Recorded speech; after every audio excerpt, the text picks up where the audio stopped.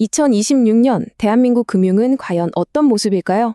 정부가 바로 그 미래 청사진을 내놓는데요. 오늘은 금융위원회가 발표한 이 계획의 핵심만 쏙쏙 뽑아서 한번 제대로 뜯어보겠습니다. 바로 이 문서인데요. 이게 그냥 보고서가 아니고요. 앞으로 한국 경제의 지형을 어떻게 바꾸겠다 하는 정부의 구체적인 전략, 뭐랄까 한국 금융의 미래 설계도인 셈이죠. 자, 그런데 이 계획이 엄청 방대해 보이잖아요? 근데 그 핵심은 사실 아주 간단합니다. 딱 세 가지 큰 아이디어, 그러니까 세 개의 기둥으로 되어 있거든요. 그 세 가지 기둥이 뭐냐면 바로 생산적 금융, 포용적 금융, 그리고 신뢰받는 금융입니다. 이 세 단어 앞으로 계속 듣게 되실 거예요. 이게 바로 대한민국 금융정책의 방향을 보여주는 핵심 키워드거든요. 자, 그럼 첫 번째 기둥부터 한번 자세히 들여다볼까요? 네, 첫 번째 기둥 생산적 금융입니다. 이게 복잡한 얘기 같지만 아주 간단해요. 한마디로 돈이 돌아야 할 곳으로 제대로 흐르게 만들겠다. 특히 내일의 산업, 그러니까 미래 먹거리 산업으로 자금의 물길을 확 트겠다는 겁니다. 그리고 그 스케일이 정말 상상을 초월합니다. 얼마냐면요. 무려 150조 원입니다. 150조. 이게 앞으로 5년간 국민성장펀드라는 이름으로 투입되는 돈인데요. 이 숫자 하나만 봐도 금융대전환의 엔진을 제대로 켜겠다는 정부의 의지가 얼마나 강력한지 느껴지죠. 그럼 이 어마어마한 돈, 대체 어디로 가는 걸까요? 주로 첨단 기술 산업이나 기후금융, 그리고 미래의 유니콘이 될 만한 스타트업들, 이런 곳으로 흘러갑니다.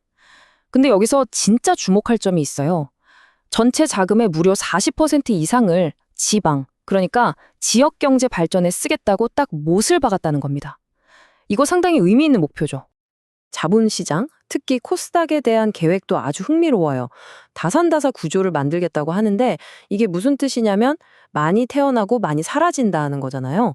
그러니까 시장을 살아있는 생태계처럼 만들겠다는 거예요. 혁신적인 아이디어를 가진 새 기업은 쉽게 시장에 들어와서 싹을 틔우게 하고 반대로 경쟁력을 잃은 기업은 자연스럽게 시장에서 나가게 하는 거죠.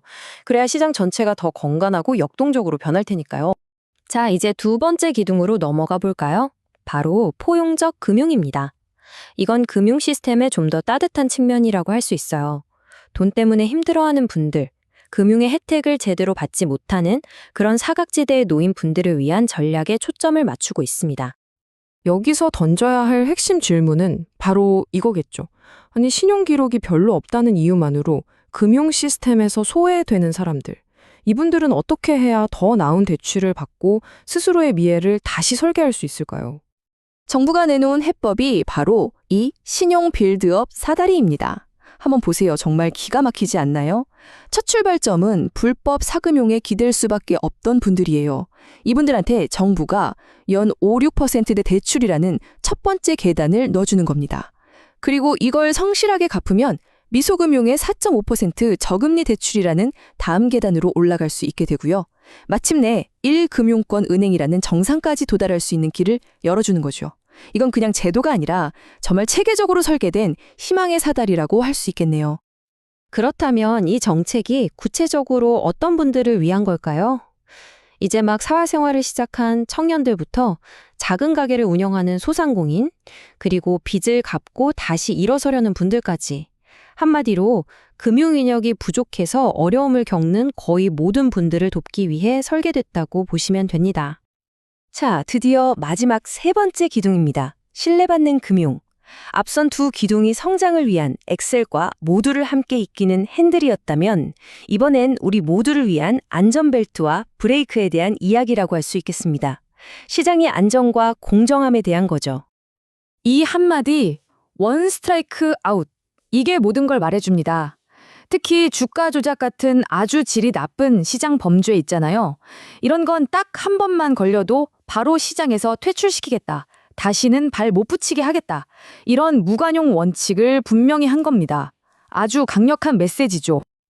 이 표를 보시면 정부의 대응 전략이 한눈에 쫙 들어오죠. 예를 들어서 정말 끊이지 않는 보이스피싱 문제, 이건 AI 기반 정보 공유 플랫폼으로 잡겠다는 거고요. 해킹이나 불법 사금융 같은 고질적인 범죄에는 징벌적 과징금처럼 아주 강력한 처방을 내리겠다는 겁니다. 문제와 해결책이 아주 명확하게 짝지어져 있습니다. 특히 우리 같은 개인 투자자, 소액 주주들을 보호하기 위한 조치들이 눈에 많이 띄는데요. 기업들이 꼼수 부리지 못하게 물적 분할이나 자사주 매입 규정을 더 깐깐하게 만들고 또 외국인 투자자들도 정보를 쉽게 볼 수 있게 영문 공시를 늘리는 등 시장의 투명성을 높여서 투자자들을 보호하겠다는 의지가 보입니다. 자, 지금까지 세 개의 기둥을 쭉 살펴봤는데요. 그럼 이 모든 계획이 의미하는 더 큰 그림은 뭘까요? 한번 명확하게 정리하고 넘어가겠습니다. 결국 대한민국 경제를 위한 세 가지 핵심 전략으로 딱 요약할 수 있습니다. 첫째, 150조 원이라는 막대한 돈을 미래 산업에 쏟아부어 성장의 불씨를 살린다. 둘째, 금융 소외 계층에게 재기할 수 있는 성공의 사다리를 놔준다. 그리고 셋째, 사기 같은 범죄는 뿌리 뽑고 투자자 보호를 강화해서 믿을 수 있는 시장을 만든다. 결국 성장, 포용, 신뢰, 이 세 가지 단어로 정리되겠네요. 결국 이 모든 계획은 대한민국 경제를 더 역동적이면서도 더 공평하고 또 더 안정적으로 만들기 위한 하나의 거대한 청사진이라고 볼 수 있습니다. 물론 계획은 정말 야심차고 좋아 보이죠. 하지만 진짜 중요한 건 결국 실행 아니겠습니까? 과연 이 멋진 청사진은 현실이 될 수 있을까요? 여러분의 생각은 어떠신가요?